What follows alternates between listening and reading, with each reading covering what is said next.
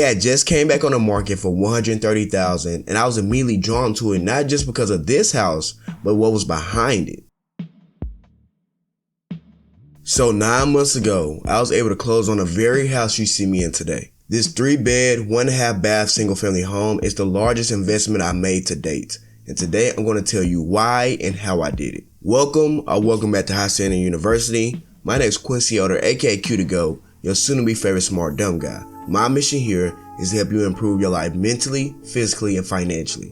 And in this video, that's exactly what I intend to do. So make sure you bust out your notes, grab yourself some water, and let's talk about how and why I bought my first rental property. I first want to go over why I made the decision I made, because I feel like you knowing the reasoning for why I did what I did will help you better understand what's going on. When I was just 19, I found myself having a shift in thinking in my life. I had just left this pyramid scheme I was in, and to be honest, I was really fed up because I just wanted the truth. I mean, this scheme had told me for months, this is how you get rich, this is how you get wealthy, blah, blah, blah. And once I left, I just simply wanted the answer. How do millionaires build riches and preserve wealth? I started to search the internet, read books, and take notes. And once I had real answers from real sources, I realized that I had 3 main options. Option 1 was to work a 9 to 5, use my earned income to invest in the stock market and get a decent return from that. Step 2 was to start a business or a side hustle, grow it to a desired size, and then sell it for a profit later on. And option 3 was to buy and own long-term rental properties. If you guys have been here for a while, then you know I started off being heavily involved in the stock market. It just seemed like the most passive out of all the options, and to be honest with you guys, I wasn't really sold at the time of working my ass off to achieve success in the other 2 options. This all changed though when I sat down with myself and evaluated my financial goals. In that sit down with myself, I concluded that if I want to reach my financial freedom number at the timetable I desired, I will have to switch over to a more complex and faster strategy. And that's what brought me on the doorstep to real estate. And while I like to focus on options 2 and 3 more, I can gladly say today that I participate in all 3 options. So now that you know why I did it, it's time to get into the juicy stuff, which is how I did it. Okay guys, I'm just playing. We're not finna get that cheesy in this video. But subscribe if you thought I was for real. I first started off with coming up with my criteria, and your criteria basically outlines what you want to buy and what you would consider buying in real estate. My criteria was really simple. I was looking for single family or multi-family homes in the Joyner or Thomas Street area, preferably 3-bed, 2-bath homes, 1,200 to 2,000 square feet, going for $140,000 and under. And I also want the house to include cosmetic issues that could be improved to add value to the property. I also want the seller to pay most or all the closing costs in the deal. And if any of these terms sound too confusing to you, just let me know down below in the comments if you want me to break down exactly what I'm talking about.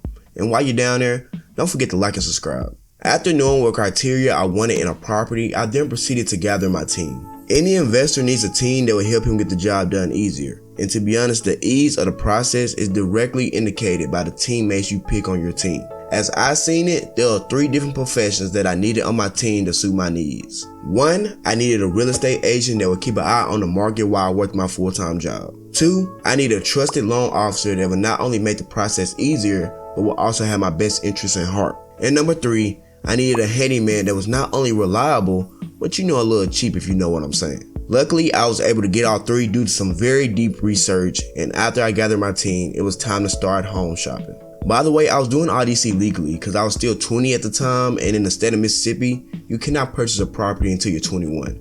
But my team was so legendary, they just let me get away with it. I ended up buying the property at 21 anyways. I then proceeded to go to multiple homes that met my criteria.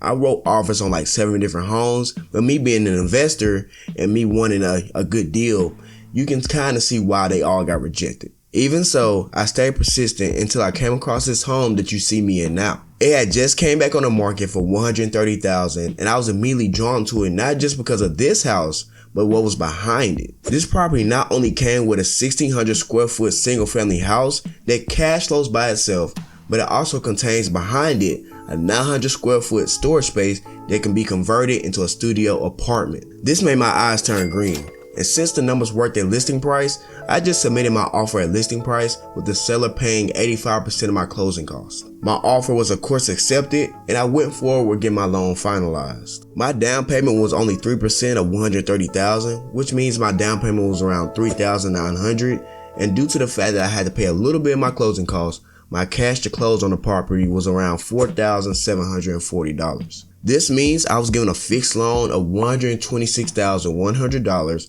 at an interest rate of 5.325%. I handed over the money, I signed the contract, and I was officially a homeowner. I then proceeded to get started on the renovations. I wanted to tackle the main house first. This started with some pressure washing and landscaping, which almost killed me considering that I was doing this in 98-degree weather in the summer. Like, damn, I think I deserve like a subscribe or a like on this video just for almost dying doing that.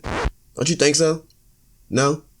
Okay, back to the video. I then got started on doing some cosmetic work inside the house. I ripped up the carpets in the bedrooms and replaced the flooring. I also repainted the cabinets, painted the bedrooms and the bathroom, all the little things that people love inside their home. This put my initial investment at $14,821. According to my data, I should be able to rent this house out for $1,300 a month, and with my PITI only being $869, I'm of course going to set aside $200 for CapEx, vacancy, and repairs. That should leave me around $231 in cash flow to play with every month. And this is just the data of the big house you see me in right now. I believe the beauty of this deal is that I still have so much value not only to add to this house, but the unit behind it. This is my first real estate deal at 21. And while I can't say it was the most stress-free thing I ever done, and to be honest, it probably won't be the best deal I ever get in my life, I can honestly say that I enjoyed the experience, and I can't wait to share with you guys my wins and losses, lessons, along the way on this channel. Now, if you guys want to follow me on social media, I'll leave all the links down below in the description. Hope everybody has a blessed day. I'm out.